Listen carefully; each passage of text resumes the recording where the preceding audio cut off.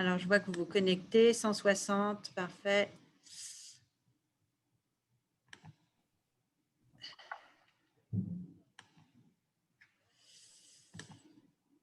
Super. Donc, bonjour à toutes, à celles qui n'étaient peut-être pas là ce matin.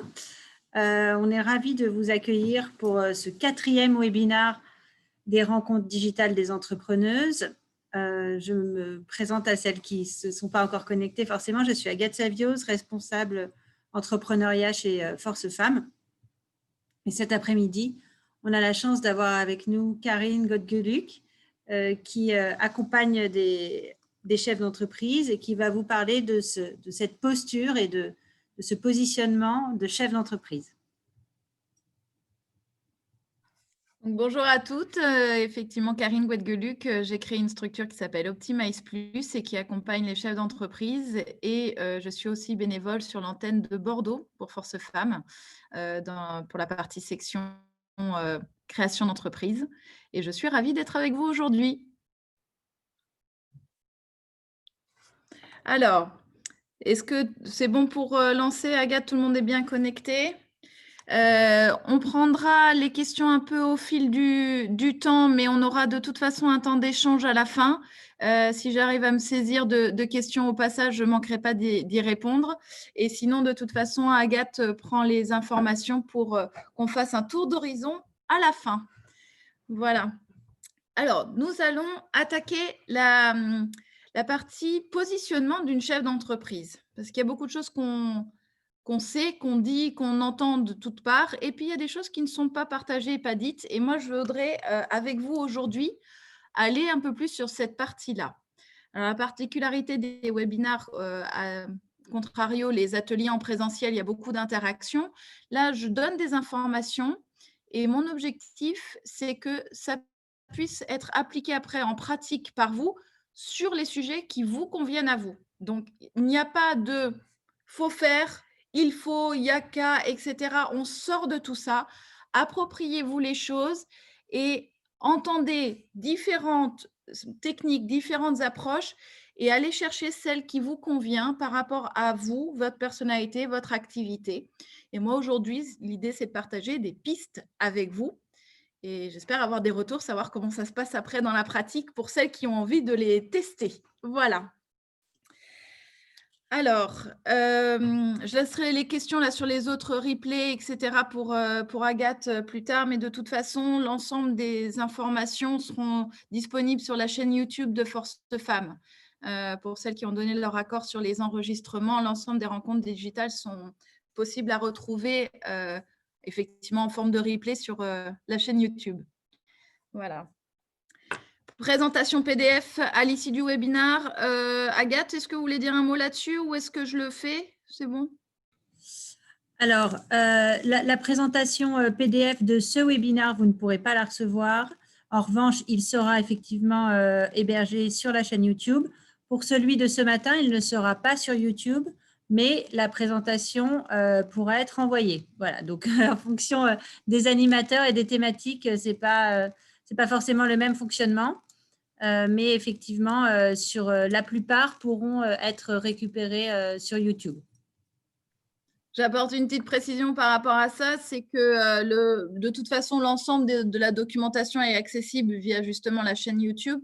Ce n'est pas une question de protection de ces informations, c'est juste qu'il me semble intéressant pour vous que ce soit agrémenté du discours, les présentations PDF n'étant pas un livre ou à destination justement d'une seule lecture, support à l'animation, je trouve ça plus pertinent de mettre les choses en perspective plutôt que d'avoir juste un support écrit qui n'apporte qu'une partie de l'information.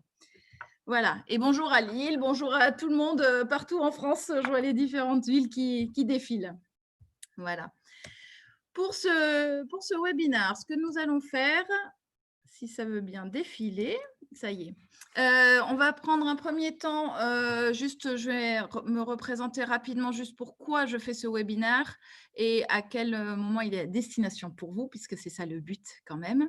Et on va aborder le positionnement d'une chef d'entreprise au travers d'une définition de base, mais ensuite sur des points extrêmement concrets comme l'organisation et l'agenda, le pilotage et surtout votre entreprise dans le temps, après la phase de création et donc l'espace d'échange à la fin. Donc, si ça va à tout le monde, on attaque. Je vais attaquer par une petite citation que j'apprécie énormément de Albert Einstein, qui dit que la définition de la folie, c'est de refaire tout le temps la même chose et d'espérer qu'il y ait quelque chose qui change, un résultat différent. Mécaniquement, quand je vois qu'il y a quelque chose qui bloque, la meilleure des façons de réagir, c'est de réfléchir à comment faire autrement. Si je refais tout le temps la même chose, je vais obtenir le même résultat. Et vous verrez que c'est valable sur plein de situations. Alors, je me suis présentée rapidement tout à l'heure, donc Karine Guadeluc. Je suis là devant vous parce que avant de créer cette structure-là, j'étais dans des grands groupes et ensuite j'ai créé ma première structure et je me suis aperçue qu'il y avait comme un sentiment d'isolement et de solitude, surtout après la création d'entreprise. Et du coup, à aller chercher des informations sur qu'est-ce qui faisait un petit peu ce décrochage entre la phase de création où on était particulièrement entouré et la phase on va dire, de vie de l'entreprise où on est davantage isolé en tant que chef d'entreprise. Je me suis aussi questionnée sur cette phrase qu'on entend souvent, le chef d'entreprise doit tout faire, doit tout savoir faire, il est enfin, comme le véhicule, pour ne pas citer la marque, le véhicule utilitaire qui fait tout comme le chef d'entreprise doit savoir tout faire. Non, moi je crois au fait qu'il y a à s'entourer et à faire les choses de manière collective, qu'on soit en équipe ou qu'on soit tout seul, mais on peut s'entourer avec des personnes extérieures. Et donc, j'ai créé cette structure d'accompagnement des chefs d'entreprise et je me suis aperçue qu'un des éléments importants et fondateurs aussi de la réussite, c'était de prendre une vraie position de chef d'entreprise. Et peut-être, clin d'œil pour nous les femmes, peut-être encore plus pour nous, où on a parfois un peu besoin davantage de légitimité, on va dire, ou alors de reconnaissance. Et quand on est dans son activité, on n'en a pas forcément tout de suite. Voilà. Donc, j'ai créé ce webinaire que j'anime sous forme d'atelier sur Bordeaux pour aborder deux éléments clés. C'est le socle et inscrire votre projet dans le temps. Donc, le socle, c'est des éléments concrets pour gérer cette situation de chef d'entreprise, adopter cette posture de chef d'entreprise, et les éléments dans le temps qui permettent de suivre son activité. Alors, souvent, c'est super, c'est décidé, j'ai créé ma boîte. C'est très, très bien, c'est une aventure incroyable. Et pour tout le monde, ça fait très envie, mais souvent, ça fait peur aussi. Hein, donc, un peu les deux. Et on n'a pas beaucoup d'espace pour partager ça. Il faut se montrer tout le temps enthousiaste, mais des hauts et des bas, ça existe.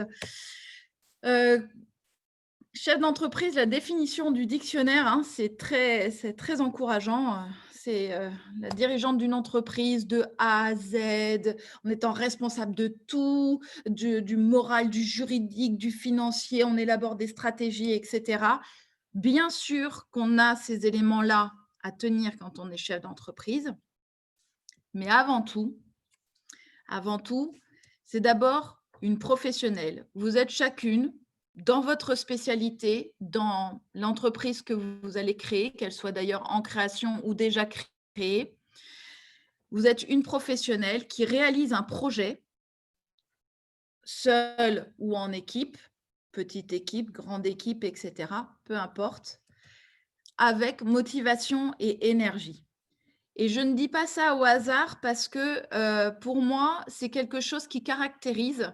Il faut du courage, il faut de la force pour aller créer sa structure, quelle qu'en soit la taille. Et pour ça, il y a la question de l'envie.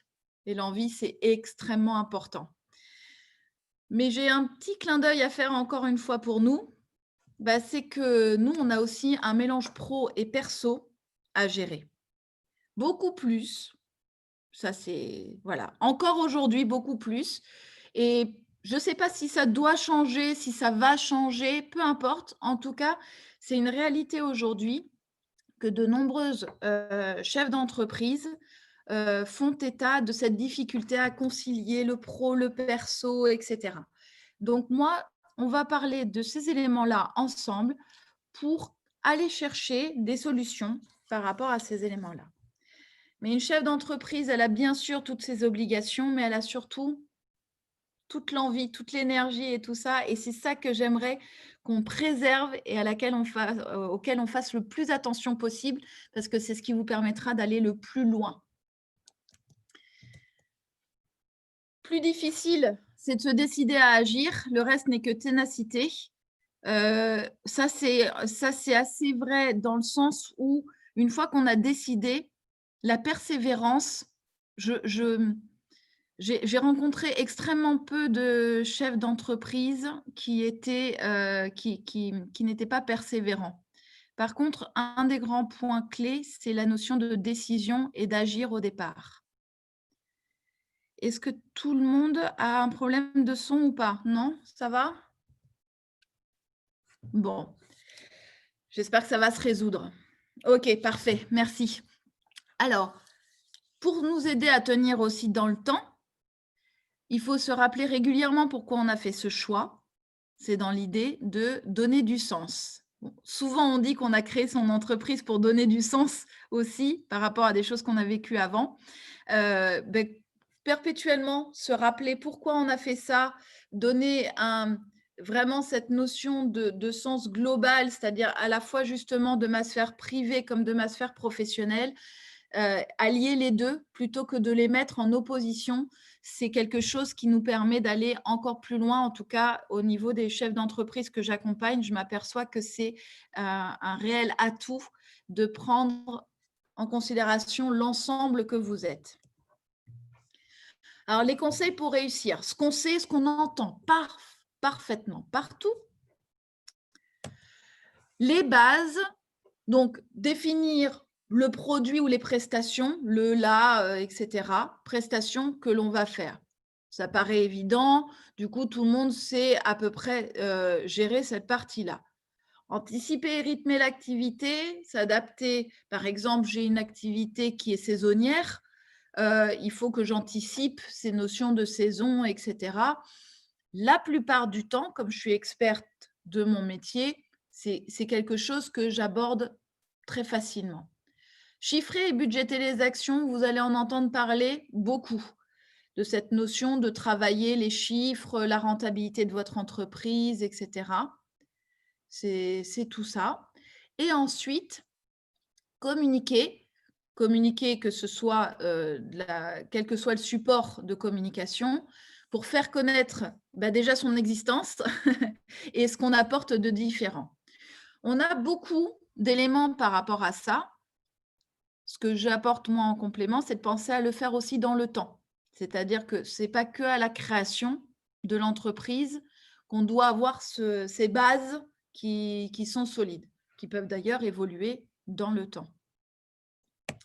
Ensuite, organiser. Tout le monde, là, on va faire un focus ensemble dessus parce qu'on en parle beaucoup, mais les astuces et le fonctionnement n'est pas si évident à mettre en place. Gérer et organiser son temps, c'est un vaste projet et l'important, c'est de le rendre concret. Donc, c'est ce qu'on va s'atteler à faire aujourd'hui. Pour ça, je vais aussi déterminer les tâches qui sont à réaliser. Je segmente bien les tâches et je vais dire ce que je conserve à ma main, ce que je confie à l'extérieur ou à une équipe, etc.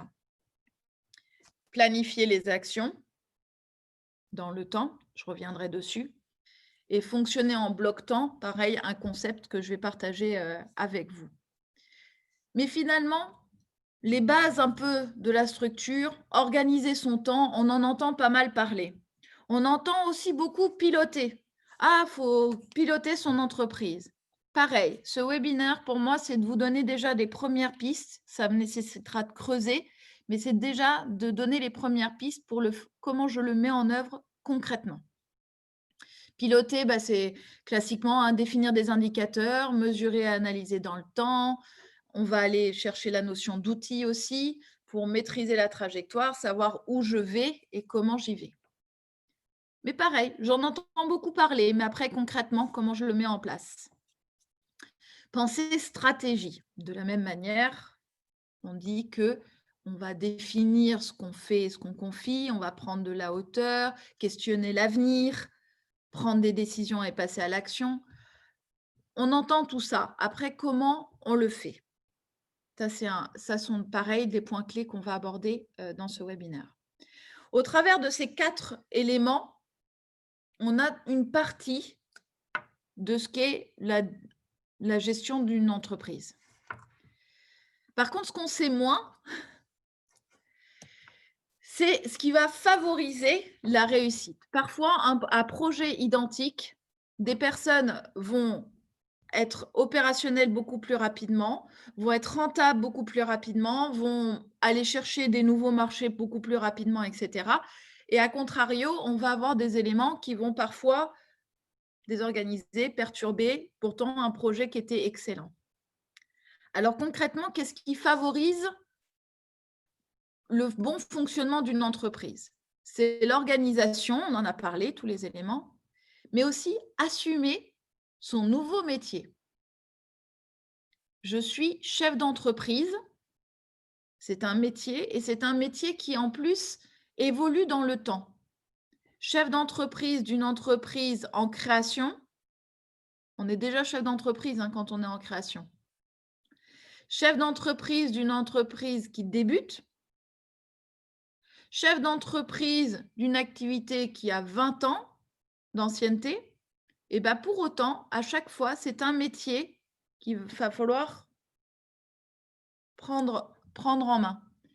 Je vois qu'il y a certaines personnes qui pensent que je vais un peu vite dans l'explication. Vous verrez que les concepts, je reviens dessus. L'idée, c'est de vous approprier plutôt les éléments et il y aura possibilité de toute façon de revoir les choses. Je vais essayer de ralentir un petit peu pour prendre en considération ce que vous dites, mais vous verrez que, d'ailleurs, certaines personnes penseront que c'est de la redite. L'idée, c'est plutôt d'ancrer les choses et de vous permettre de les approprier. Donc, ce qui favorise, je reviens, donc l'organisation et aussi assumer son nouveau métier. Se questionner, avoir de l'ouverture. L'ouverture, c'est avoir les oreilles grandes ouvertes et pas rester sur son périmètre uniquement ou si je travaille par exemple dans un atelier fermé, sans aller voir ce qui se passe par ailleurs. C'est vrai que c'est un état d'esprit, tout ça. C'est de prévoir, et ça je ne cesserai de le redire, le pro et le perso. Votre agenda, il cumule les 2 contraintes ou les 2 environnements. Contrainte, ça peut avoir un côté négatif alors que finalement, c'est la vie. Et ce qui favorise, c'est de prendre du temps. Et prendre du temps, ça veut dire avoir le temps approprié pour faire les choses. Je reviens sur ces concepts un peu plus tard. Là, je mets un peu le cadre. Ensuite, si je prends l'élément suivant, c'est plutôt ce qui perturbe, ce qui fait que mon temps s'échappe, que j'ai l'impression de ne pas aboutir les choses, etc. Et bien ça va être par exemple les sollicitations intempestives. On va y revenir précisément après. Mais quand je suis concentrée à quelque chose et que j'ai une interruption, aussi gentille soit-elle, permanente, je n'arrive pas à avancer sur mon sujet. Je fais un petit aparté à ce moment-là. Si par exemple, auparavant, j'étais dans des bureaux pour travailler ou dans un atelier pour usiner des pièces ou quoi, quand je suis à mon poste de travail, personne ne m'interrompt si ce n'est pour le travail. En revanche, quand je suis chef d'entreprise, j'ai beaucoup de sollicitations diverses et variées, certaines qui sont nécessaires et d'autres qui sont perturbantes. On va revenir dessus. Les doutes persistants. Vous voyez que je mets en parallèle ce questionner qui est positif, qui est vraiment quelque chose qui est nécessaire à tout chef d'entreprise. On a peu de certitude. En revanche, les doutes persistants, c'est quelque chose qui peut vous miner et vous plomber. Et si à chaque fois, c'est la ligne suivante, vous remettez en cause une décision que vous avez prise, il y aura une difficulté à passer à l'étape suivante, à avancer au pas à pas. Donc, entre les doutes persistants et une remise en cause à chaque fois qu'il y a un petit élément qui change et se questionner qui est positif et ne pas être rigide, il faut trouver le juste équilibre entre les deux. Je marque ensuite subir des tâches, c'est-à-dire réaliser des tâches qui ne sont pas de celles que j'aurais à réaliser, soit que je n'ai pas les compétences, ce qui peut arriver, soit que je n'ai pas matériellement le temps si je veux me consacrer à mon activité, là où j'ai ma valeur ajoutée. Perdre du temps et ne pas agir, le pendant de prendre du temps. Toujours cet équilibre à trouver, qu'on va développer ensuite. Quand on prend du temps ou quand on perd du temps, la différence, c'est la notion d'avancer. Je n'aurais perdu aucun temps si j'ai passé une semaine sur une réflexion qui nécessitait ce temps pour élaborer, par exemple, un nouveau produit. Si ce nouveau produit, en revanche, n'apporte rien à l'entreprise, même si c'est un nouveau produit mais qui n'a aucun sens par rapport à mon activité, cette fois-ci, j'aurais perdu une semaine. J'aurais consacré mon précieux temps à quelque chose qui n'est pas utile à mon activité. L'équilibre est extrêmement délicat, hein. C'est pour ça qu'il n'y a pas de vérité dans les choses qui sont dites aujourd'hui. Il y a votre analyse, et c'est pour ça qu'on reviendra aussi sur la manière de trouver des pistes pour maîtriser un peu plus ces éléments-là, mais dans le suivi, c'est surtout de se questionner régulièrement de est-ce que ça, je suis en train de faire la bonne chose au bon moment par rapport à mes priorités. On prendra des exemples concrets tout à l'heure en espérant que ça vous apporte un peu plus d'éclairage. Ensuite, si on prend, je vais déplacer du coup, ça a redéplacé, un exemple concret.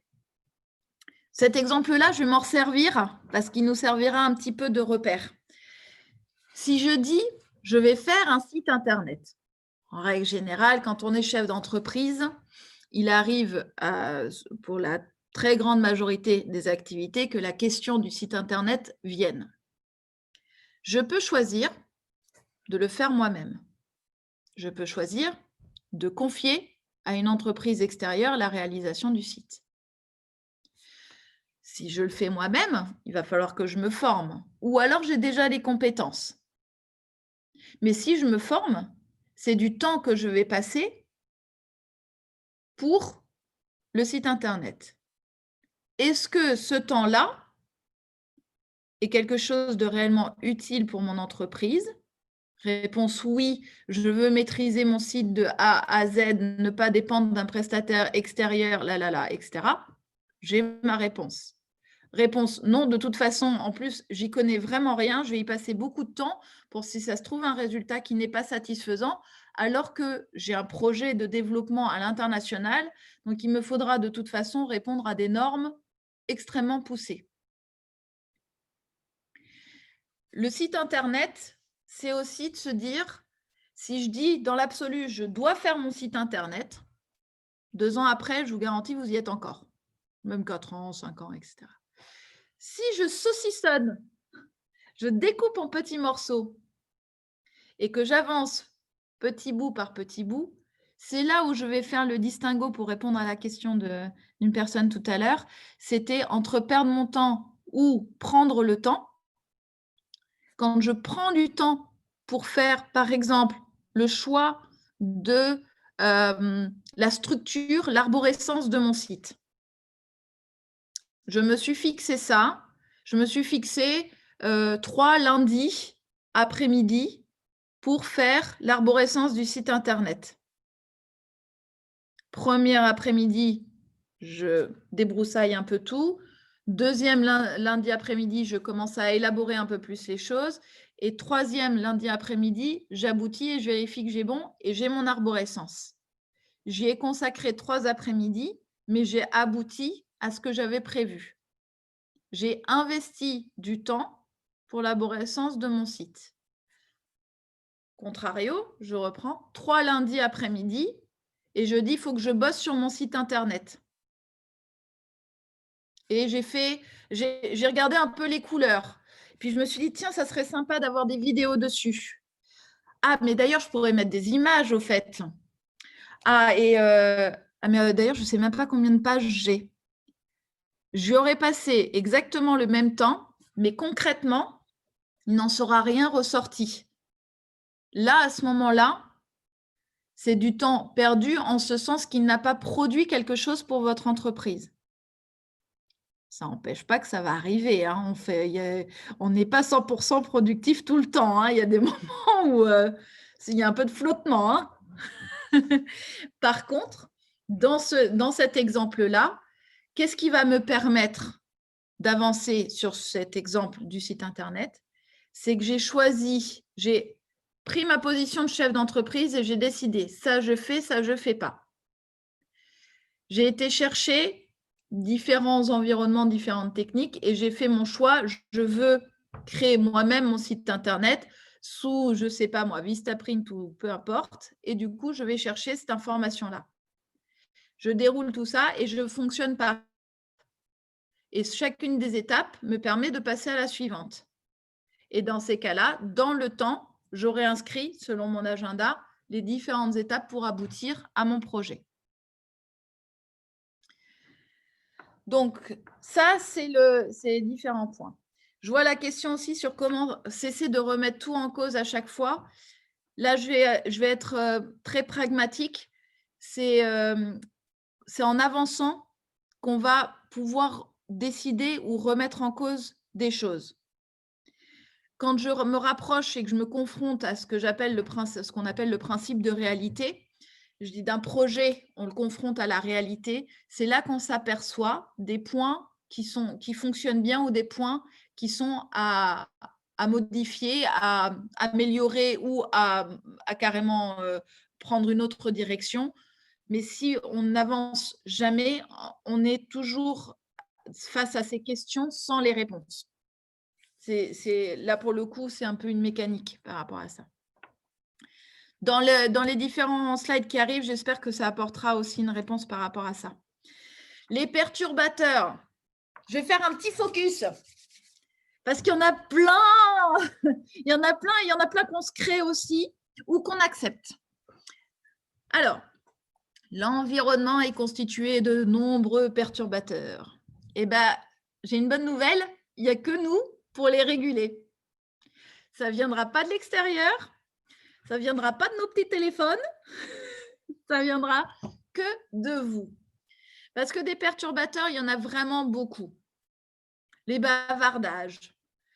Je l'aime bien celle-là, je l'ai piquée, c'est une petite vignette humoristique, je l'ai piquée sur un site. Le linge qui s'accumule, etc., tout ça, les rendez-vous chez le docteur, les téléphones, les enfants, etc., etc. Bref, si on n'y prend pas garde, on en a partout. Et à la fin de la journée, on se dit, punaise, j'ai rien fait. Tout ce que j'avais prévu, alors j'ai fait beaucoup de choses, hein, mais en plus, je vais me dire que j'ai rien fait. La charge mentale, ouais. Et donc ça, c'est vraiment quelque chose, si on prend son pas de recul, on se repositionne. Je suis chef d'entreprise. Mon travail, c'est de construire ma société, de l'animer une fois qu'elle est en place, etc. Et donc, c'est pas parce que je suis, par exemple, physiquement à la maison que je suis disponible. C'est toute une différence. On a en plus les urgences, les fausses urgences, hein. Une vraie urgence, un appel qu'il faut impérativement prendre et puis on y va, ça s'appelle vraiment une urgence et là, on y va par la porte ou par la fenêtre et en plus, on a vraiment la chance dans ces cas-là d'être chef d'entreprise parce qu'on est seul à prendre la décision. Il faut aussi voir les bons côtés. Par contre, tous les autres soi-disant urgences, qu'est-ce qu'on mange ce soir? Est-ce que tu peux passer prendre le pain ou des choses comme ça? Au moment où on est en train de travailler, ce n'est pas l'urgence, hein. Les contraintes perso, on a la chance d'être chef d'entreprise, on va les prendre en considération et on va les adapter selon les situations de chacun. Mais chaque chose a son temps. quand je suis consacrée à mon entreprise, je reste sur mon entreprise. Parce que quand j'étais à l'atelier ou quand j'étais dans les bureaux ou quand j'étais… Personne ne me demandait à ce moment-là d'aller chercher un recommandé à la poste, hein. Mais là, vous avez les super… Je ne sais pas s'il y en a qui vont entendre des, des répliques comme chez eux, mais oui, mais tu sais, comme tu es à la maison, comme tu fais rien, tu voudrais pas aller à la poste chercher le recommandé ou le colis ou le truc et puis ah mais tu sais alors j'ai fait une livraison mais alors t'inquiète pas t'as rien à faire c'est juste à réceptionner juste ça me coupe juste ça me sort de mon truc j'étais en plein échange ou en plein webinaire comme là aujourd'hui et quelqu'un vient me demander qu'est-ce qu'on mange ce soir ou est-ce que tu as acheté du gel douche non. Donc, tout ce qui est interruption, même, est-ce que tu as envie d'un petit thé ou d'un petit café? Est-ce que tu as… Non. Quand je suis dédiée à mon entreprise, je reste vraiment dessus. On a un autre truc, c'est nos téléphones. Nos téléphones, c'est à nous de les gérer. Les notifications doivent être vraiment traitées avec vraiment parcimonie. J'ai des chefs d'entreprise de grosses structures qui vont aujourd'hui, avec cette compréhension de l'impact de l'interruption, avoir des temps dédiés pour traiter, par exemple, leurs emails.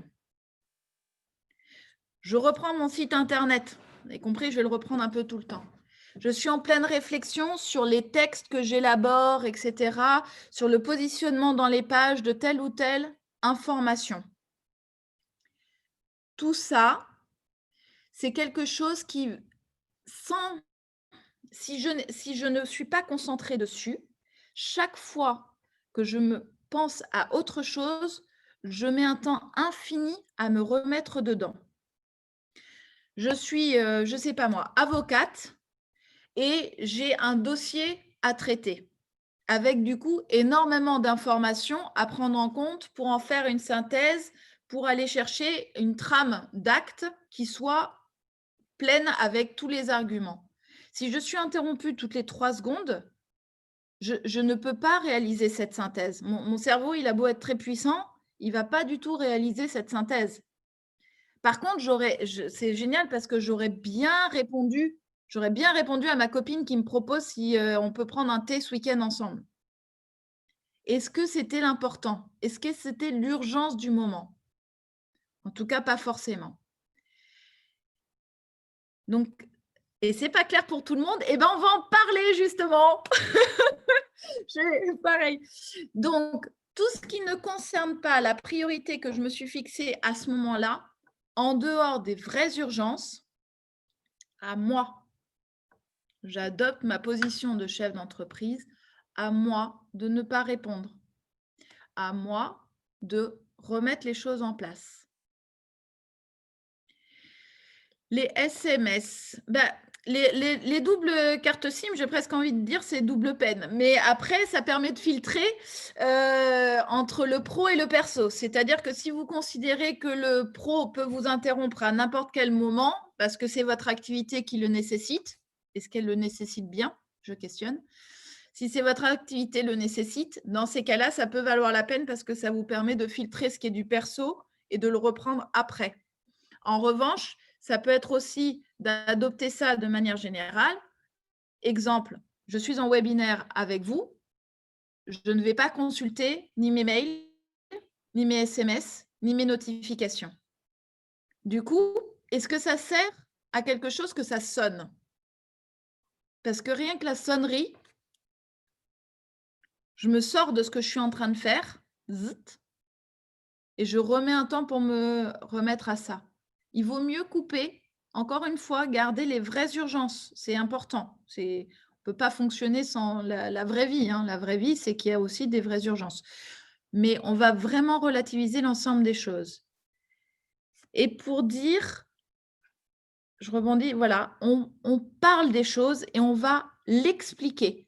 Parce que si je suis toute seule à penser ça, mais que je ne l'ai pas partagé autour de moi, on ne peut pas savoir ce que vous avez dans la tête. Et les gens ne pensent pas à mal quand ils vous interrompent. Ils ne pensent pas, quand la copine passe alors que vous êtes à la maison, « Ah, écoute, je suis passée par là, c'est trop bien et tout, je viens de voir. » Non, je suis au boulot. Elle ne serait pas passée sur votre lieu de travail comme ça, mais comme c'est par exemple pour la plupart à la maison, surtout dans la phase de création, eh ben, les gens, avec beaucoup de bonnes intentions, c'est pour ça que je dis même les plus gentilles, avec beaucoup de bonnes intentions, passent et viennent. Dans ces cas-là, c'est est-ce que tu pourrais passer plus tard? Est-ce qu'on peut se retrouver plutôt à 15 heures? À 15 heures, vous prévoyez un espace dans votre agenda pour ces aspects perso. Et donc, avec tout ça, qu'est-ce qu'on en fait? Alors, les astuces, c'est le plus souvent possible de vous consacrer à une seule tâche à la fois. Alors, je sais qu'on vante beaucoup dans nos sociétés le fait d'être multitâche. C'est un peu un leurre et surtout, je reprends le terme de charge mentale là, de tout à l'heure, c'est que finalement, si en passant, je mets la machine et que je rajoute des choses sur la liste des courses et qu'en même temps, je suis en train d'élaborer mon site internet, c'est pas vrai que je suis efficace. Donc, je tords le cou à cette, à cette croyance. Il vaut mieux que j'ai pris une demi-heure avant de démarrer mon activité pour faire les tâches que j'ai à faire, lancer une machine, remplir, je sais pas, déplacer quelque chose dans le frigo ou quoi, ou sortir quelque chose du congélateur, j'en sais rien. Mais j'ai cette demi-heure-là qui est consacrée à ça. Et une fois que j'ai terminé cette demi-heure-là, que je prévois dans mon agenda, hein, une fois que je suis sortie de cette demi-heure-là, je me consacre à ma tâche entreprise, quelle qu'elle soit. Je décortique après, je segmente, on va y revenir. D'accord? Et ensuite, je prévois de manière réaliste des temps de pause. Je crée des blocs-temps réalistes et réguliers. Si j'ai une activité qui ne me permet pas de bloquer 2 heures d'affilée, je bloque 1 heure. Je bloque une demi-heure, mais je m'y tiens. Par exemple, j'ai des clients chez qui on met en place un planning où il y a 1 heure et demie de rendez-vous avec les clients et ensuite une demi-heure d'espace tampon et 1 heure et demie de rendez-vous client. Ça leur permet toujours de faire leurs 2 rendez-vous, mais au lieu de les coller, ils ont un espace-temps entre deux pour pouvoir réaliser les petites tâches perturbantes dont on parlait tout à l'heure. Tiens, pour Katoche. Effectivement, après, il faut avoir le plus possible un espace dédié, que ce soit chez soi ou à l'extérieur. Si on va travailler à l'extérieur, mécaniquement, d'abord, nous, spontanément, on est moins tenté de faire une lessive puisqu'on n'a pas la machine à côté. Un premier point. Deuxième point, c'est que comme on n'est pas physiquement à la maison, ça rentre un peu plus dans les esprits qu'on est au travail. Alors que moi, ce que je voudrais aussi amener comme manière de penser, c'est que quel que soit le lieu où je suis, quelle que soit l'heure où je travaille, c'est un espace travail. Et ça, c'est quelque chose à sécuriser pour vous parce que tout le monde ne peut pas forcément aller à l'extérieur et que parfois, c'est justement un choix de travailler de la maison pour beaucoup d'autres contraintes à gérer. En tout cas, distinguer l'urgent, l'important et ce qui peut attendre, ça c'est un point clair, et se permettre de reporter une réponse ou un échange, que ce soit encore une fois du pro ou du perso, on peut proposer un autre créneau. J'ai ma copine, je sais pas, ou un copain qui est pas très bien, etc. Même à lui ou à elle, je peux dire: «Oui, j'entends que là, tu as vraiment besoin qu'on parle ensemble. Est-ce que ça te dit, on s'appelle à midi? On s'appelle à 12h30» et vous rappelez. Et du coup, ça vous permet d'être sur votre espace-temps que vous aviez prévu. Reporter une réponse, c'est aussi de ne pas aller consulter les mails et pas répondre à la seconde, hein, ou les messages à la seconde. C'est quelque chose qui s'est instauré de manière un peu insidieuse, la réponse immédiate. moi, j'ai souvent dit à mes collaborateurs que parfois, même d'attendre un petit peu, le problème se résolvait tout seul. Et on recevait un deuxième message disant: «Non, c'est bon, il n'y a pas besoin en fait, c'est bon, j'ai trouvé». Pas plus tard que tiens, j'ai un exemple perso, pas plus tard qu'il y a 2 jours, mon frère: Est-ce que tu aurais pas, l'adresse mail de telle personne?» Il lui a fallu 3 minutes pour trouver l'adresse mail. J'étais dans ma sphère travail, j'ai pas répondu tout de suite et j'ai reçu un message dans la foulée, 3 minutes après disant: «Trouvé». Bah, finalement, moi, je n'ai pas consacré de temps à chercher quelque chose qui pouvait en plus attendre le soir. Ça, c'est un premier point. Mais en plus, la personne a trouvé sa ressource toute seule. La prochaine fois, il saura où chercher, cette adresse mail, par exemple. Dernier point, et ça, c'est pour rebondir à comment on fait, c'est avoir un fonctionnement clair et partagé. Dites-le.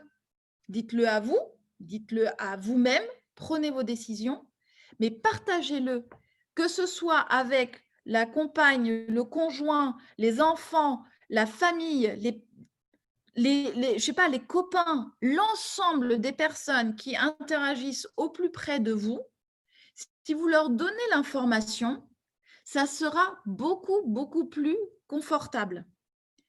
Ce qui est aussi très confortable, c'est que du coup, vous ne vous sentez pas entre les deux et coupable de ne pas être à l'un et à l'autre endroit, parce qu'on a souvent aussi cette double approche où mince, je ne suis pas avec, je voyais les enfants tout à l'heure, je ne suis pas avec mon enfant, mais en même temps, si vous êtes avec lui alors que vous pensez au boulot, vous n'y êtes pas non plus complètement, et je devrais être à l'entreprise, mais j'y suis pas, j'y suis pas, j'y suis pas.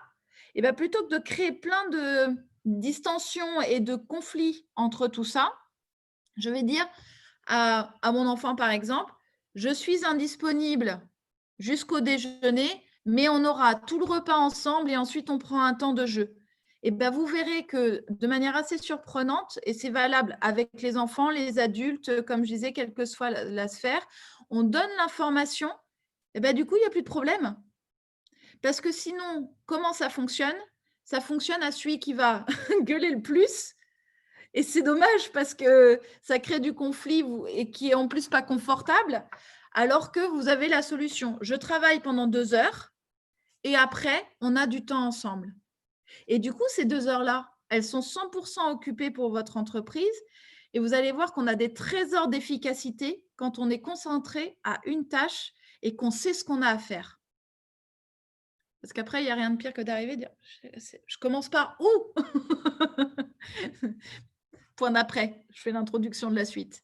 En tout cas, quand vous prenez une décision, c'est vous qui décidez. Vous êtes chef d'entreprise. C'est vous qui décidez, c'est vous qui organisez. C'est génial. Bien sûr qu'on a plein de contraintes et bien sûr qu'il y a beaucoup de choses à faire. Mais vous avez choisi cette voie-là pour être votre propre patron.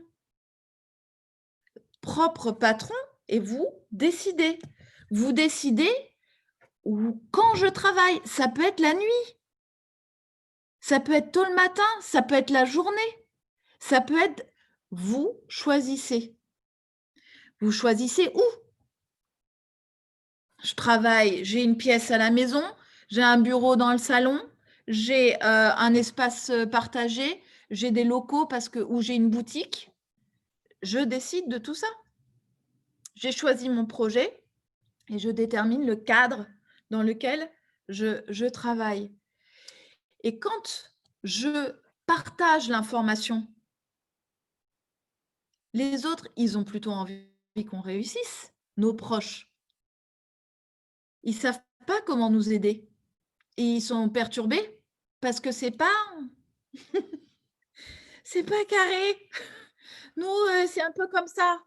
Alors un coup, on est disponible l'après-midi, un coup, on est disponible le soir, un coup, on est en mode hyper stress parce qu'on a un dossier à terminer et puis un coup, on est super souple et puis on peut passer une après-midi à «flâner» entre guillemets. Bon, et ben, on va partager l'information. Je suis indisponible de telle période à telle période. Je peux choisir de travailler 2 soirées par semaine. 2 soirées par semaine, la personne avec qui je partage ma vie sait que je ne suis pas disponible.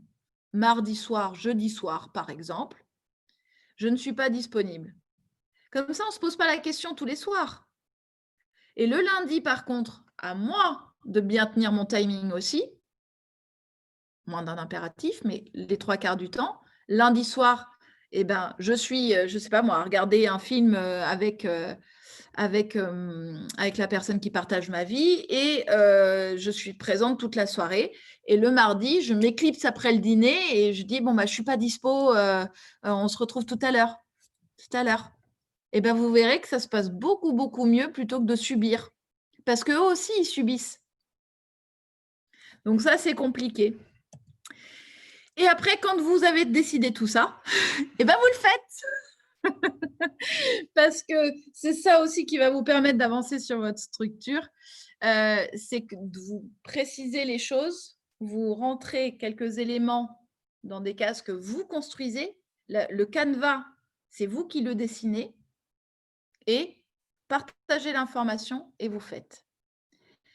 Je ne suis pas non plus chef d'entreprise par hasard. Je l'ai été par beaucoup de chemins différents m'ont amené à ça, mais j'ai aussi dans ce choix, je suis maman d'un petit garçon et pour l'instant, dans mon organisation, j'ai un espace-temps en fin de journée qui est consacré à mon enfant. Si j'étais dans mes postes précédents, je n'aurais pas pu avoir cet espace-temps. Eh ben, j'en fais une force, quelque chose qui me fait plaisir et je l'espère à mon fils aussi, mais quelque chose qui me fait plaisir dans ma journée et je suis très impliquée et j'ai beaucoup de plaisir vis-à-vis des missions que j'ai à remplir et j'y suis à 300% quand j'y suis. Mais je sais aussi que cet espace-temps, bah, c'est un temps où je ne prends pas de rendez-vous. Mais personne ne va m'embêter pour ça. Et par contre, j'ai bien, alors moi, c'est plutôt 3 en ce moment, 3 soirs où je vais travailler un peu plus tard. Par contre, je fais en sorte d'avoir des vrais temps de disponibilité et quand je suis à quelque chose, je fais en sorte d'être pleinement à cet espace, que ce soit un espace pro ou un espace perso. J'essaye de m'y consacrer pleinement pour couper court aux frustrations. Parce qu'on s'est très vite arrivé d'être avec, je ne sais pas, une amie ou en train de se balader et de culpabiliser comme il n'y a pas. On est forte aussi à ça, de culpabiliser parce que: «Ah ouais, mais en fait, je devrais faire ça, mais j'aurais dû, mais j'aurais» non, c'est l'espace-temps que j'ai prévu, je le cale, il est prévu et je fais en sorte d'aboutir ensuite les autres espaces-temps que j'ai prévus, qui sont peut-être avec beaucoup plus de labeur, mais je m'y consacre et j'y vais. Donc en synthèse, pour organiser son temps, et effectivement, c'est une sorte de planning. Et quand on fonctionne avec un planning, alors c'est de la discipline, mais dans le bon sens du terme. Parce que à partir du moment où on fait, où on prévoit un temps pour chaque chose qui est importante pour nous, parce que là, il s'agit de vous uniquement, c'est vous qui décidez quels sont les espaces-temps importants. Et ben dans ces cas-là, j'ai beaucoup plus de facilité à faire les choses et j'en retire de la satisfaction. Et ça aussi, c'est extrêmement important de retirer la satisfaction de ces journées. Tiens, avant de poursuivre, je refais juste un clin d'œil avec le site internet. De l'extérieur, si je dis à, je sais pas, je parle avec, je sais pas, un copain et je dis: «Ah ben, je suis en train de faire mon site internet». Puis 2 mois après, je suis en train de faire mon site internet. Je suis toujours en train de faire mon site internet parce qu'en fait, c'est long à faire. Alors que si je dis: «Là, je me suis formée aux outils permettant la création des sites internet. J'ai construit l'arborescence de mon site. J'ai défini les textes que j'allais employer. J'ai segmenté les choses et je retire de la satisfaction de chaque étape aboutie. Et de l'extérieur, la personne qui écoute le récit entre guillemets de ma journée va se dire: «Ah ouais, elle avance. Sinon, qu'est-ce qu'ils se disent?» Parce qu'ils ne connaissent pas. Mais elle piétine, elle fait rien. Ah, mais elle n'a rien fait de ses journées. Ah, mais elle a rien à faire en fait de ses journées. Ah bah tiens, elle va aller chercher des recommandés. Ou alors, ça va créer un conflit. Oui, bah de toute façon, tu es toujours sur ton site internet, bah, tu pourrais quand même aller faire les courses. C'est quoi le problème? Que tu le fasses maintenant ou demain, c'est pas grave. Sauf que vous avez un planning. C'est en ça que ça devient très concret et qui a cette notion de tâche par tâche, petit pas par petit pas, avec des jalons. Parce que ces jalons-là me permettent, moi, de voir où j'en suis et d'avancer et de progresser, mais ça permet aussi à mon entourage d'être assuré, de comprendre mieux quelles sont les différentes étapes. Quand je dis je vais faire mon site internet, la plupart des gens voient le site fini. Ouais, tu as 3 lignes à écrire. Ouais, c'est rien. Ouais, tu as 4 images à trouver. C'est rien. Tout est beaucoup plus complexe qu'on ne le croit, surtout quand on ne connaît pas. Et quand vous faites ça, bah, vous faites au passage un peu de pédagogie et en plus, vous retirez de la satisfaction de dire tout ce sur quoi vous avez avancé aujourd'hui. Plutôt que de dire: «Ah, j'en suis encore au site internet, j'ai toujours pas fini, je m'en sors pas». Étape par étape, jalon par jalon, c'est ça qui est important. Alors, en synthèse pour organiser son temps, je limite les interruptions. Je limite les interruptions dans un open space. On a pris des canettes, parce que c'était une équipe de techniciens, ils buvaient beaucoup de soda, et on a pris des canettes, et quand ils mettent la canette sur leur bureau de l'open space, c'est qu'ils ne sont pas, c'est comme s'il y avait une porte fermée, c'est qu'ils ne sont pas disponibles. Vous pouvez mettre en place des choses comme ça à la maison. Si vous avez un bureau, à partir du moment où la porte est fermée, c'est que je ne peux pas être interrompue. Sinon, je la laisse ouverte. Et j'aurai des temps où j'aurai l'espace pour accueillir les interruptions. Mais les moments où je suis concentrée, je limite les interruptions et je ferme la porte. Ou pareil, j'annonce que je ne vais pas forcément répondre au texto à la seconde ou au message WhatsApp à la seconde parce que je suis occupée. Personne ne vous en voudra jamais. Le dire, ça apporte vraiment beaucoup de soulagement pour tout le monde. Et en plus, ça l'ancre en vous. Donc, limiter les interruptions, on se concentre sur l'essentiel, on se fixe des deadlines. La notion de départ entre prendre du temps et perdre du temps. Si je dis juste je fais mon site internet, j'ai pas de date limite, ça peut aller très loin. Si je dis je veux faire mon site internet qui sorte le 1er janvier, quelles sont les étapes que j'ai à faire, mes fameux jalons? Je fais un retour vers le futur. Je fais un retour en arrière et je vais dire quels sont les éléments par lesquels je dois passer pour réussir à tenir cette date. Faire le plus difficile en premier. La technique des petits pas, exactement. Et rétro-planning indispensable. Voilà, où est-ce que je veux aller, où est-ce que je veux aboutir et comment je fais pour y aller. C'est valable pour l'ascension d'une montagne comme une route. Je veux aller à Nantes, à Strasbourg, à Marseille, à Bordeaux, si vous voulez venir nous voir. Je vais définir. Est-ce que je prends l'autoroute? Est-ce que je prends les petites routes? Est-ce que je fais une pause au milieu? Est-ce que je fais tout d'une traite? Et tout ça, je le définis et je le fais de la même manière pour les étapes de mes différents projets et chantiers. Faites le plus difficile en premier, c'est-à-dire que quand on commence sa journée avec des choses qu'on doit impérativement finir et que derrière, on sait qu'on va passer à des choses agréables, ça peut avoir un côté envie d'arriver à la bonne partie, on va dire, rapidement. Prenez des pauses. Alors, les pauses. Si je prends mon agenda et que je colle tout le temps, ça va mécaniquement coincer. D'abord, parce que je ne peux pas être productif 100% du temps. D'autre part, parce que en fonction de moi et de ma manière d'être, etc., je vais avoir des moments qui sont plus propices que d'autres pour telle ou telle tâche.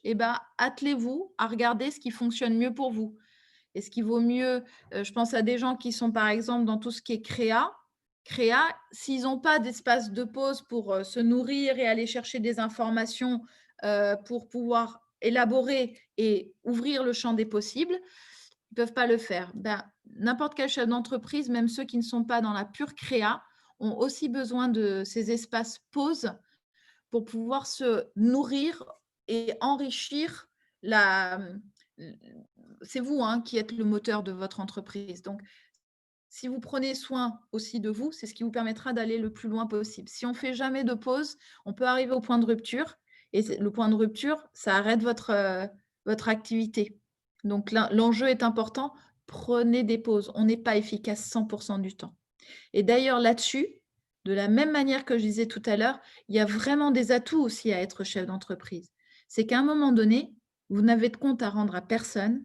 Si vous sentez que vous êtes en saturation complète, allez respirer, allez vous balader, prenez l'air, prenez, je ne sais pas, si vous êtes sportif, allez faire du sport, si vous avez envie de lire, lisez, si vous voulez regarder un beau monument ou des choses comme ça, allez voir la mer, faites-le, parce que ça sera toujours quelque chose qui servira à votre entreprise. Ça sera toujours important de préserver vous et votre entreprise. Garder de la marge pour les imprévus, c'est ce que je disais quand on colle tous les rendez-vous. Alors, je vais prendre l'exemple, j'espère que… Enfin, ceux qui sont concernés, voilà. Les médecins, par exemple, quand ils cumulent tous les rendez-vous et qu'on arrive en fin de matinée ou en fin de journée et qu'on attend 2 heures notre rendez-vous, c'est extrêmement désagréable. Alors, les vraies urgences, encore une fois, j'excuse, mais quand c'est du systématique, c'est tout simplement parce qu'ils ont collé tous les rendez-vous et qu'il n'y a pas d'espace pour les imprévus. Or, ils ont toujours un appel, ce qui est normal, une analyse qui arrive, des éléments à gérer, etc. Donc, de la même manière, eux aussi sont chefs d'entreprise, il faut aller chercher des espaces tampons. Donc, cette marge pour les imprévus, on l'a créée et vous inquiétez pas, elle sera toujours extrêmement bien utilisée. Et si vous n'en avez pas besoin pour des urgences ou des vrais imprévus, ça servira pour un temps de pause, et tant mieux. Et finalement, en fait, ça, c'est valable pour le pro et le perso, en fait. Et comme ça, on en retire de la satisfaction parce qu'on a réussi à se consacrer à des tâches, on a été chercher l'essentiel et on ne s'est pas perdu dans des tâches. Exemple, je vais chercher une information sur LinkedIn et je suis happée par le fil de discussion. Je peux passer pour une information qui m'aurait pris peut-être 1 minute à retrouver, je peux peut-être passer 1 demi-heure, 3/4 d'heure dessus. Là, c'est un peu d'autodiscipline. Si je me discipline et que je me centre dessus, j'avais une information à aller chercher, je suis allée la chercher, ça m'a pris 1 minute et j'ai pu me reconsacrer au point que j'avais prévu de faire aujourd'hui. Et du coup, en fin de journée, dire c'est bon, c'est validé, je l'ai fait. Et là, j'en ressors contente. Plutôt que de regarder tout ce qui me reste à faire, tout ce que je n'ai pas fait, je regarde aussi tout ce que j'ai fait et que j'ai coché. Et ça, c'est très satisfaisant. Et ben voilà, aujourd'hui, la satisfaction, Stéphanie qui dit ça, la satisfaction de l'avoir fait. Et ben, c'est vraiment quelque chose qui vous nourrit. C'est quelque chose qui est sans qu'on s'en rende compte, c'est extrêmement… ça donne beaucoup d'énergie et ça, c'est chouette. Je continue l'agenda pour continuer à vous donner des astuces. Encore une fois, attrapez ce qui vous parle à vous, ce qui est cohérent avec votre manière de fonctionner et pourquoi pas tester. Parce qu'on croit souvent que c'est impossible avant de l'avoir essayé et testé. C'est comme de parler à son entourage pour dire « je ne suis pas disponible de telle heure à telle heure ». Et ça peut être les week-ends. Pilotage par l'agenda. Je vais faire plusieurs niveaux. J'ai l'annuel, je vais vous le dérouler, le trimestriel, le mensuel, j'arrive encore en dessous, l'hebdomadaire et enfin le journalier avec la fameuse to-do list que tout le monde a déjà, vous avez sans doute entendu parler en tout cas de ce principe-là. Le principe, c'est quoi? C'est quand je disais tout à l'heure mon fameux site internet. Mon site internet, mettons, il est en place, mais je veux le changer pour l'été prochain. C'est maintenant que je vais me l'inscrire dans mon planning.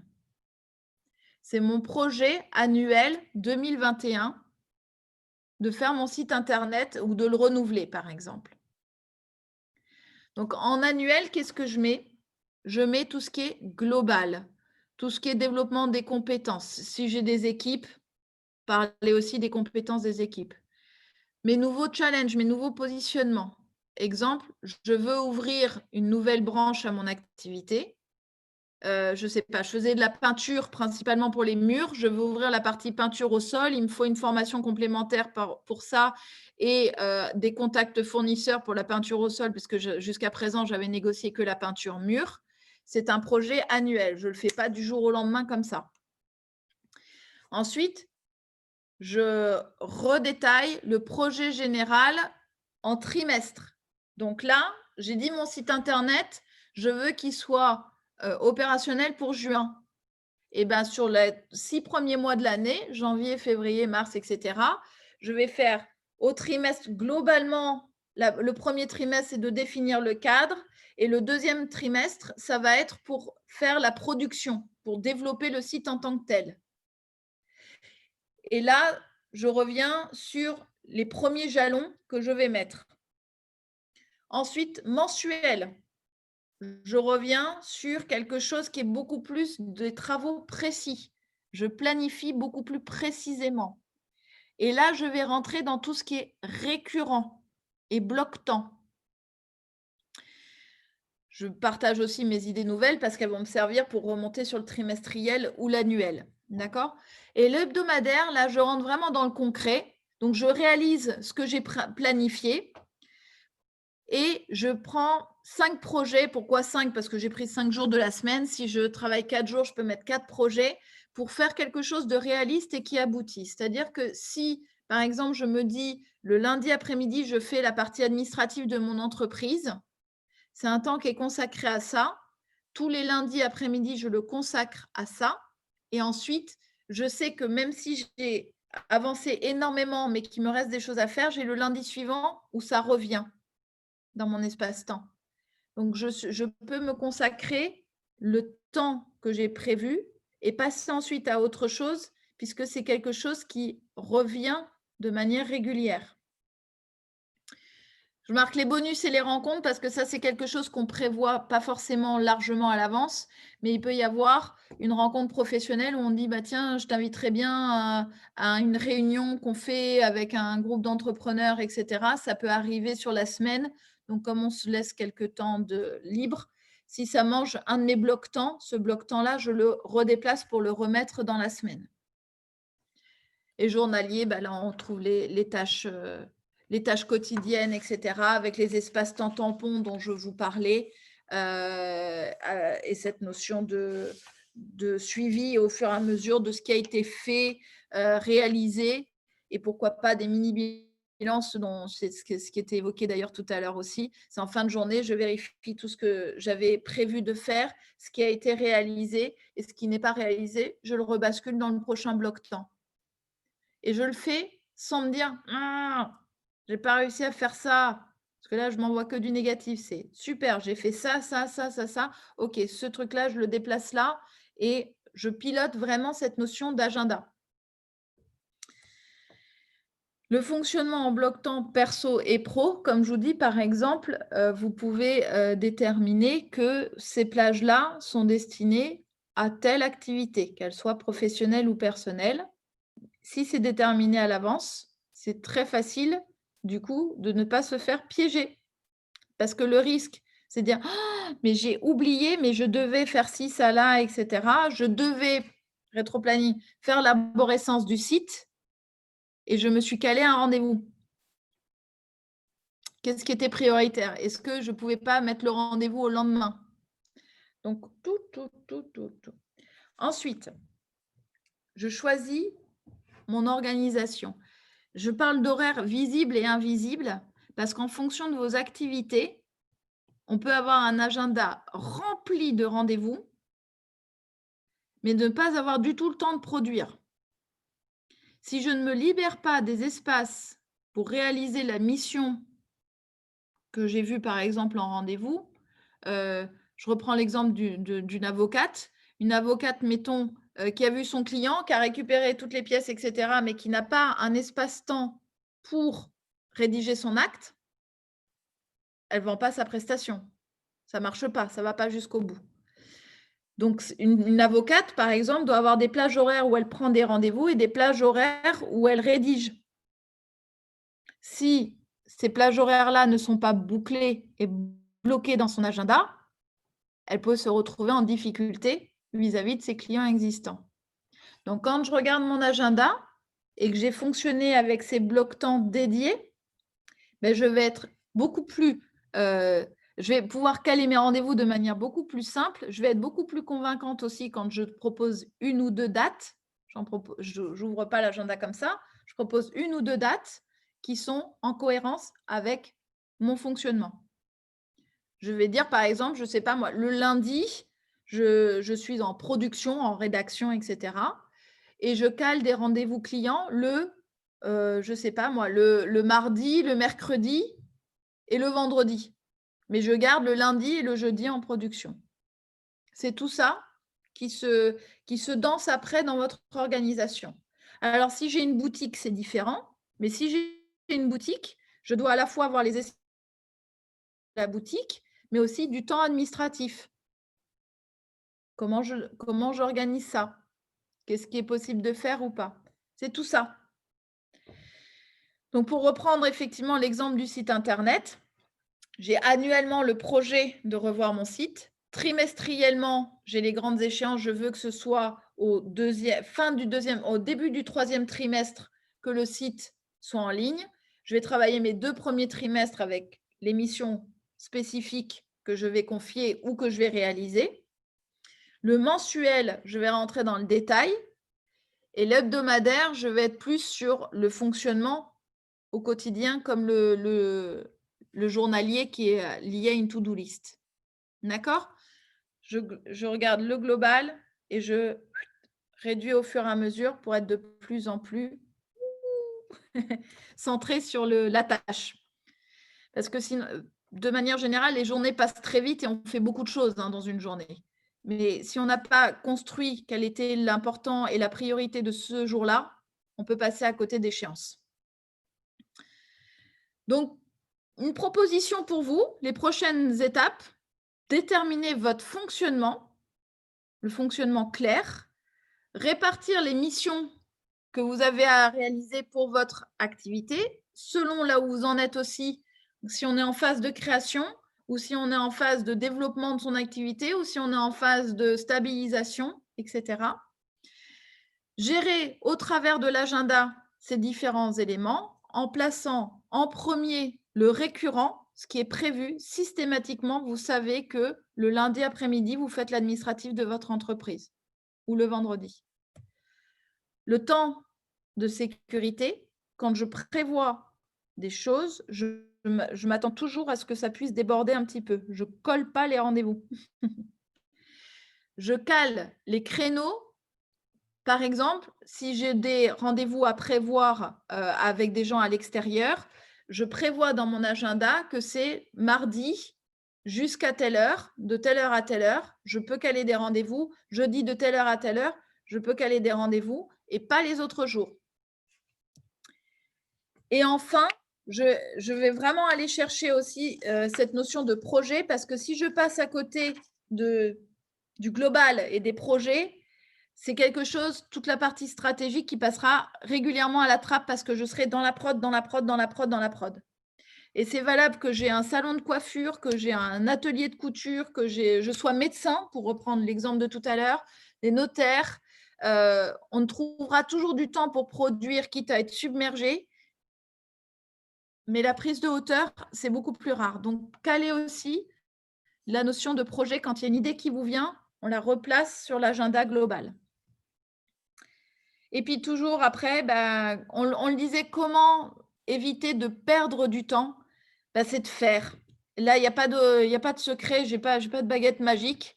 C'est je fais ce que je dis, je le partage autour de moi, je dis ce que je fais, mais c'est faire ce que je dis. Je me suis engagée avec moi-même pour mon entreprise à réaliser mon site internet pour le mois de janvier. Si je ne le fais pas, personne ne le fera pour moi. Et je vais même vous dire un truc, personne ne viendra vous taper sur les doigts.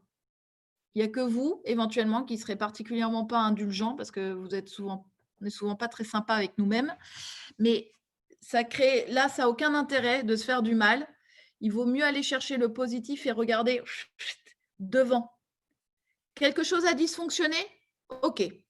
J'apprends de mes erreurs, je regarde ce qui se passe, etc. et je fais autrement et j'avance.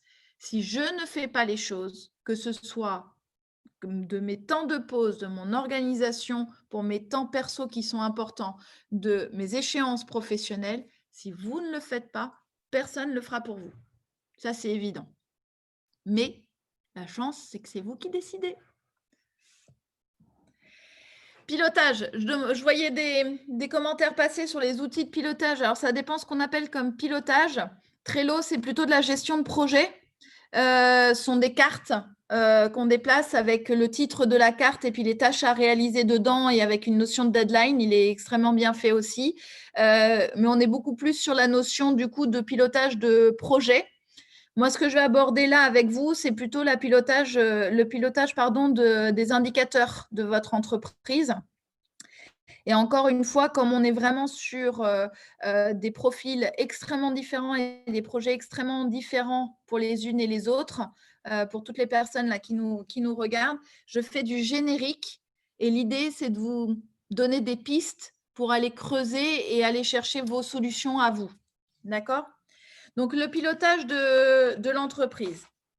Alors déjà, un point clé, c'est on améliore que ce que l'on mesure. C'est-à-dire que je ne peux avoir une opinion sur des indicateurs qu'à partir du moment où on est sur la mesure. Moi, j'utilise un agenda, pardon, petit aparté sur la question. J'utilise un agenda tout bête, c'est celui lié à mon adresse mail. Et du coup, ce sont les grands classiques, mais que ce soit les Google, les Microsoft, les Outlook ou quoi, aujourd'hui, il n'y a pas d'agenda qui sorte vraiment du lot, sauf à ce que vous ayez une activité particulière qui nécessite un agenda métier.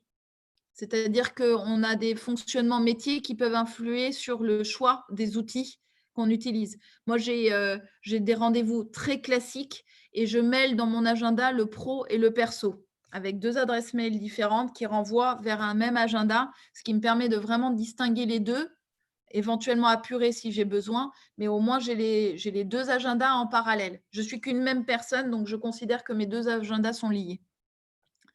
Je n'ai pas encore le don d'ubiquité. Ça viendra peut-être un jour, mais pour l'instant, on ne l'a pas.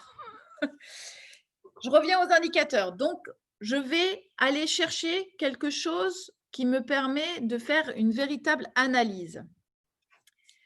Je vais déterminer ces fameux indicateurs. Les indicateurs, quel est l'intérêt d'un indicateur? C'est de permettre une analyse de votre activité. Construire les indicateurs en permettant de répondre à vos questions.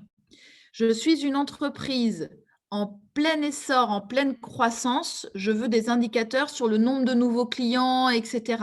Je suis une entreprise qui est stabilisée dans le temps, je veux plutôt avoir l'ancienneté des clients, la notion de fidélisation, etc.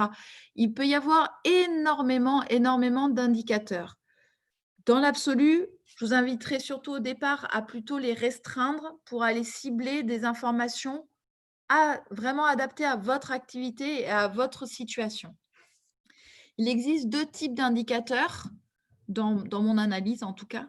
Les indicateurs universels dont tout le monde va entendre parler, le chiffre d'affaires réalisé, nombre de factures émises, je ne sais pas, nombre de produits vendus à tel panel ou des choses comme ça. Est-ce que c'est intéressant pour vous? C'est là la vraie question. Deuxième point, indicateurs métiers. Et là, les indicateurs métiers sont spécifiques à une activité. Exemple, le nombre de couverts jour pour un restaurateur. En dehors de la restauration, cet indicateur, il n'a aucun sens. Mais ça peut être, du coup, moi qui suis prestataire, par exemple, je peux aller chercher les heures où je suis quelqu'un qui fait de la réparation de pièces, etc., ou de la confection de pièces, que ce soit de l'ameublement, des vêtements ou autre, etc., je peux aller chercher le nombre de pièces vendues. Les indicateurs n'ont de sens qu'à partir du moment où ils servent à une comparaison, à une analyse. Alors, pour faire cette analyse, il faut déjà que ce soit suivi dans le temps, parce qu'un chiffre à un instant T n'a pas de sens en tant que tel. 300, c'est bien, c'est pas bien, on ne sait rien. Donc, on va les suivre dans le temps avec des périodicités, si possible, fixes, exemple mensuel ou trimestriel, et qu'on va essayer de conserver dans le temps parce que c'est la multiplication des données qui va donner sens et donner corps à l'analyse. Et ensuite, le deuxième point sur lequel j'insiste particulièrement, c'est avoir un référentiel. Qu'est-ce que ça veut dire? C'est que l'exemple que je donnais tout à l'heure, 300. 300, c'est bien ou c'est pas bien? 300 000 € de chiffre d'affaires. C'est bien, c'est pas bien? Si j'avais prévu d'en faire 50, on peut se dire spontanément, bah, c'est super bien. Sauf que si ça se trouve, j'ai vendu plein de trucs que j'arrive pas à produire. Parce que j'ai pas le temps de le faire. 300, ça peut être super, sauf que moi, je visais 600 et du coup, je suis en banqueroute complète. Un chiffre et un élément, un indicateur quel qu'il soit, n'aura de sens qu'à partir du moment où on peut l'interpréter. Et interpréter, c'est de, par exemple, comparer à ce qu'on vise, donc ça s'appelle le prévisionnel, où est-ce que j'ai prévu d'aller. Et l'autre exemple, c'est comparer à l'existant, à ce qui a été réalisé les autres années. Le plus important, c'est ce que je vise. Un exemple concret, je suis une entreprise, je faisais 300 000 € de chiffre d'affaires, j'ai embauché 50 personnes, il ne faut pas que je fasse le même chiffre d'affaires que l'année dernière. Il faut que j'aille chercher beaucoup plus. Et c'est ça qu'il faut que je détermine. Donc, l'indicateur là qui va être extrêmement intéressant, c'est ce que je vise. Où est-ce que je veux aller? Ça fait partie des 3 éléments. Je détermine les indicateurs. Quels sont les points qui me semblent refléter les indicateurs me permettant de savoir si je suis sur la bonne route, à la bonne vitesse, dans le bon timing, etc. Le type, je vais avoir des types un peu classiques, mais je vais avoir vraiment les indicateurs métiers qui sont plus sensibles encore et qui sont spécifiques à mon activité. Et ensuite, je vais chercher le référentiel, j'inscris ça dans le temps, et je vais chercher le référentiel qui me permettra d'en tirer des décisions, parce que c'est aussi l'objectif d'un tableau de bord comme ça, c'est de pouvoir dire super, je suis sur la bonne tendance, c'est exactement le rythme que j'avais envisagé, etc. Attention, je décroche, ou alors tiens, je suis en train d'accélérer, ça serait super d'aller chercher des compétences complémentaires et d'embaucher parce qu'on est en train de faire une croissance bien plus rapide que ce qu'on avait imaginé. Alors, pour avoir les indicateurs, un référentiel, OK. Comment faire à l'heure du Covid où de nombreuses activités souffrent et ne génèrent plus du tout de mission et donc de CA? Sans chiffre d'affaires, c'est extrêmement compliqué, on ne va pas se leurrer. Il y a des activités qui sont particulièrement impactées, d'autres qui le sont moins. Il y a aussi beaucoup d'activités qui vont bien, mine de rien. En revanche, pour les personnes qui n'ont plus du tout de chiffre d'affaires, soit c'est que l'entreprise, à ce moment-là, si on prend les restaurateurs, c'est une activité qui existe depuis des millénaires. Il était improbable pour le commun des mortels que cette activité-là soit touchée comme elle l'est actuellement au regard de cette crise. La seule solution, c'est de se diversifier. On a vu des restaurateurs qui proposaient de la vente à emporter qui n'avaient peut-être jamais proposé cette prestation-là avant. D'autres qui choisissent de fermer et d'aller négocier les éléments de charge. Là, on est vraiment sur un cas très spécifique. Je pense qu'il faut aujourd'hui, en tout cas dans le webinaire qui nous occupe, aller regarder vraiment la notion globale. Et après, quand on est sur des activités qui ont une difficulté, soit ponctuelle par rapport à l'actualité, soit d'une difficulté liée à une évolution des choses. Exemple, TomTom, avant les téléphones, les smartphones, les Waze, etc., c'était une entreprise en pleine croissance qui explosait tout. Et aujourd'hui, c'est une entreprise qui a quelques contrats avec des concessionnaires, enfin des constructeurs automobiles. C'est plus du tout la même portée. Donc, on doit aussi, c'est là où on revient un peu au point de départ, il faut perpétuellement aussi se questionner, regarder l'avenir et tout. Et puis, il y a des choses qu'on ne peut absolument pas prévoir. Ce qui arrive aujourd'hui, personne ne peut le prévoir. Je reviens aux indicateurs. Donc, je les détermine. Il y a différents types et je crée un référentiel pour les comparer. Je vous donne un exemple parce que le message que je veux vous faire passer, encore une fois, c'est comment vous approprier les choses pour rendre les informations intéressantes pour vous. Donc là, mettons, c'est un rapport de pilotage. Je vais avoir sur la colonne de gauche le chiffre d'affaires réalisé, les charges totales et le delta. Je regarde ces indicateurs-là, 30 285 de chiffre d'affaires. C'est bien ou c'est pas bien? 22 251 de charges. C'est bien ou c'est pas bien? 8 000 de résultats, en tout cas sur l'activité. Là, on est pure activité. On ne rentre pas du tout dans la consolidation d'un bilan avec les amortissements, les à nouveau, les reports de provisions, etc. On est vraiment pure activité. Chiffre d'affaires, charge, marge.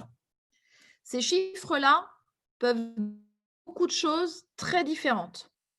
30 000, c'est bien ou c'est pas bien? J'avais prévu 50 000. Donc là, je vais regarder ici en haut. Je ne sais pas si vous voyez ma souris ou pas. Oui. Du coup, le référentiel ici, pour comparer, ça me dit qu'en foncé, c'était la courbe que je visais. L'histogramme ici, orange, c'est le réalisé. Et je vais dire, bah, dis donc, je ne suis pas à mon objectif.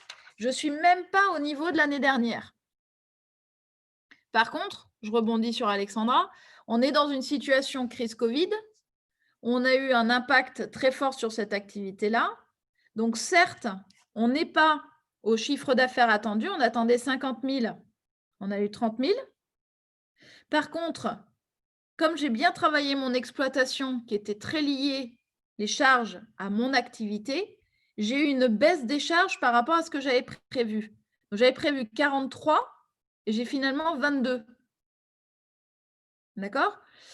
Et je suis très contente parce que du coup, finalement, ce delta-là est favorable à l'entreprise. Je pousse le raisonnement. Vous voyez que là, il y avait un objectif à moins 12 000. C'est bien, c'est pas bien?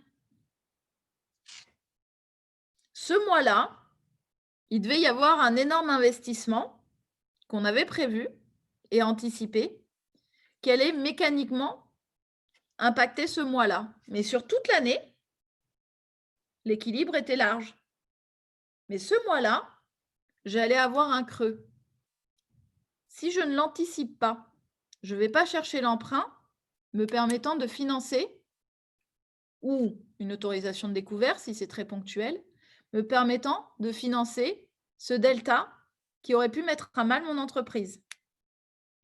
Donc, cet exemple-là, il est fait pour, comme vous l'avez compris, mettre tout en perspective. C'est-à-dire qu'un chiffre tout seul ne veut rien dire. Je vais faire la différence en plus complémentaire, que là, c'est bien ce qui est facturé, mais est-ce que c'est pour autant encaissé? Quand je suis chef d'entreprise, il y a ce que je facture, mais il y a ce qui revient bien. Quelqu'un me disait, quand j'ai facturé un client, tant que je n'ai pas les sous, c'est un don. J'ai travaillé bénévolement. C'est qu'une fois que j'ai encaissé, que je considère que c'est un vrai client. Alors, CRM simple, oui, mais quand on a une toute petite structure, on peut les suivre tout seul. Ça dépend, encore une fois, de son activité et encore une fois, de la partie quantité. Si j'ai 4 factures à suivre, je n'ai pas forcément besoin d'un outil pour. Même si je n'ai pas beaucoup de chiffre d'affaires, mais que j'ai mis une centaine ou 120 factures, pour les tracer, c'est plus intéressant d'avoir effectivement un outil. Par ailleurs, j'apporte une petite précision par rapport à ça. CRM, c'est un outil de suivi de la relation client, très exactement, et qui, aujourd'hui, de plus en plus, va jusqu'à la facturation aussi. Mais à la base, c'est surtout tout le suivi du développement commercial de prospection. Donc, j'ai envoyé un mail, il m'a répondu, j'ai envoyé l'offre, je suis en attente de la réponse, etc.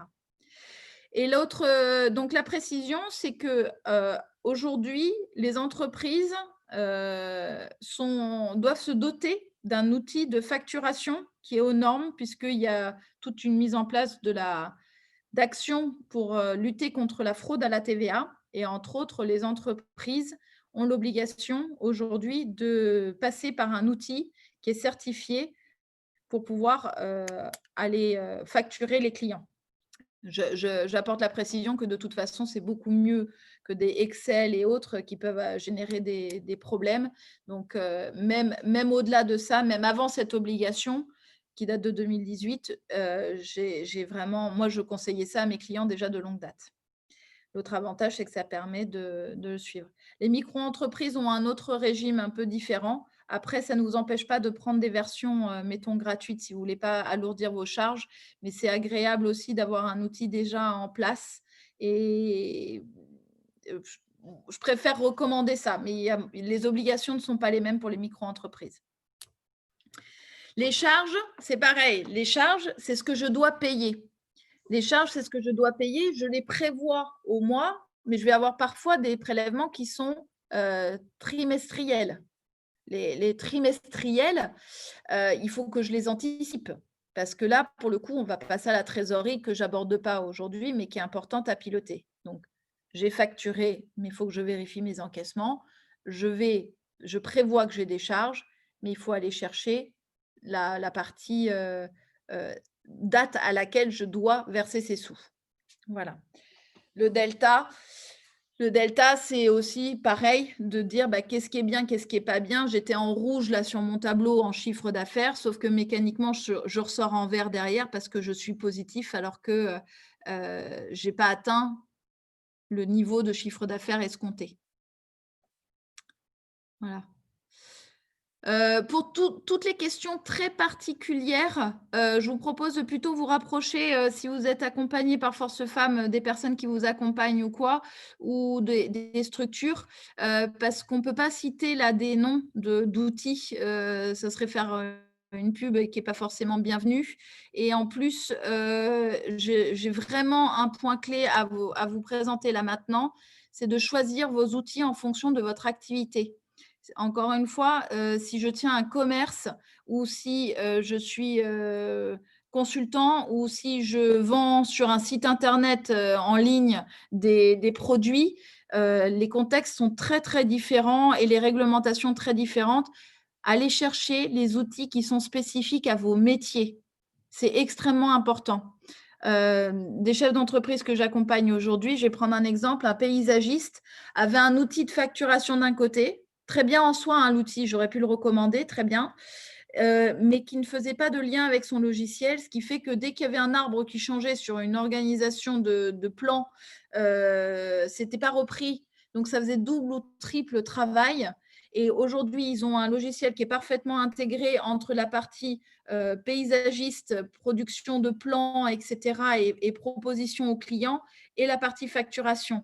Ce qui fait que quand un client changeait un érable en olivier, par exemple, ça s'imputait automatiquement sur le devis qui est ensuite passé en facture. Voilà un exemple clé d'un outil professionnel métier, alors qu'avant, ils avaient un devis facture générique qui devenait pour le coup pénalisant pour leur activité. Une structure de plus de 15 personnes et ils se retrouvaient à passer beaucoup de temps en ressaisie, à ce moment-là inutile. Et en plus risqué parce qu'on peut se tromper changer sur un plan et oublier de le rebasculer sur les devis. Donc, allez chercher votre activité et l'outil associé à cette activité le plus possible. Alors, les bonnes pratiques. Comme je disais, c'est un vrai choix de chef d'entreprise. C'est aussi une discipline dans le temps parce que ce n'est pas forcément la partie qu'on préfère, mais ça a une véritable incidence sur la suite de votre organisation. Donc, à la création, définir les indicateurs que vous avez à suivre, prévoir un temps minimum mensuel, surtout au départ, pour relever les indicateurs. Je fais le clin d'œil du coup, puisque je viens d'en parler, choisir les outils support, logiciel métier par exemple, vérifier et faire évoluer si nécessaire les indicateurs. Et après la création, alors au risque de vous faire hurler pour celles qui sont en création, Alors, à la création, on est entouré, on projette. Et après, ce grand saut, qu'est-ce qui se passe? Eh ben, je dois vous dire que c'est certes un aboutissement, l'immatriculation de son entreprise ou la création de sa micro-entreprise, mais finalement, c'est presque que le commencement. Et tout ce qu'on a vu là aujourd'hui, c'est quelque chose que vous pouvez appliquer dans le temps, qui vous accompagnera vraiment dans le temps. Maintenir justement cet effort dans le temps, prendre régulièrement de la hauteur, accepter, là je vous fais un vrai clin d'œil à tous et à toutes, s'il y a des messieurs avec nous, je ne sais pas, mais en tout cas, il n'y a que des femmes. Toi, tu vois les noms. Donc, accepter les hauts et les bas, il y en aura forcément. Et c'est pas grave. C'est un bas, ok. C'est une période pourrie. Je vais éviter les gros mots. On va être sur YouTube, etc. Alors, c'est pas possible. D'accord? Eh bien, on en vit tous et toutes des périodes comme ça.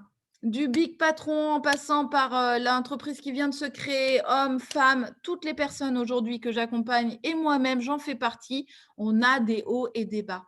Et bien, ces bas, on va aussi se dire que c'est des moments où on prend un petit peu de recul, où on questionne les choses, où on va aller chercher peut-être les points à changer, à modifier. Souvent, ça nous révèle qu'il y a des points qui ne sont pas aussi fluides que ce qu'on voudrait.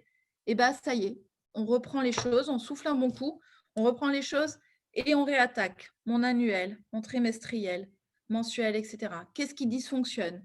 Qu'est-ce qui n'est pas adéquat? Qu'est-ce qui prend plus de temps que ce que j'avais prévu? Qu'est-ce qui n'est pas rentable? J'adore le faire, mais ce n'est pas rentable. Ah, quelle décision je prends? Je suis chef d'entreprise.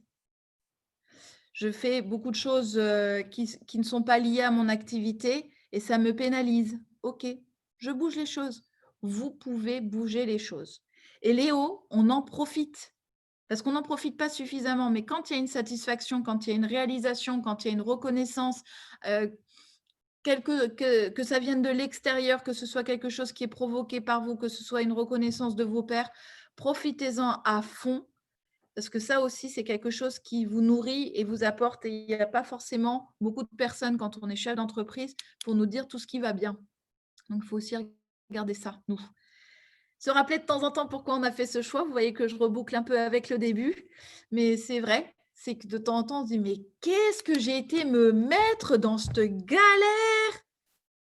Ah, mais oui, parce que je voulais donner du sens, parce que je voulais faire quelque chose qui me plaît. Bon, là, il y a des choses qui ne vont pas. Mais c'est moi qui décide. Je reprends ma posture. Pensez au petit Jiminy Cricket, je ferai un petit Jiminy Cricket sur votre épaule.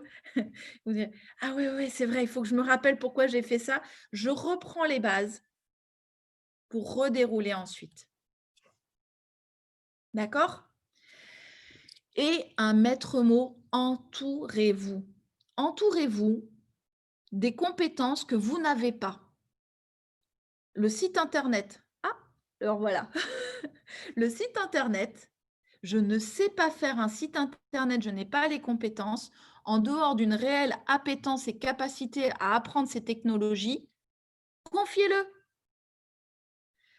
Je n'arrive pas à trouver le bon outil pour mon entreprise, etc.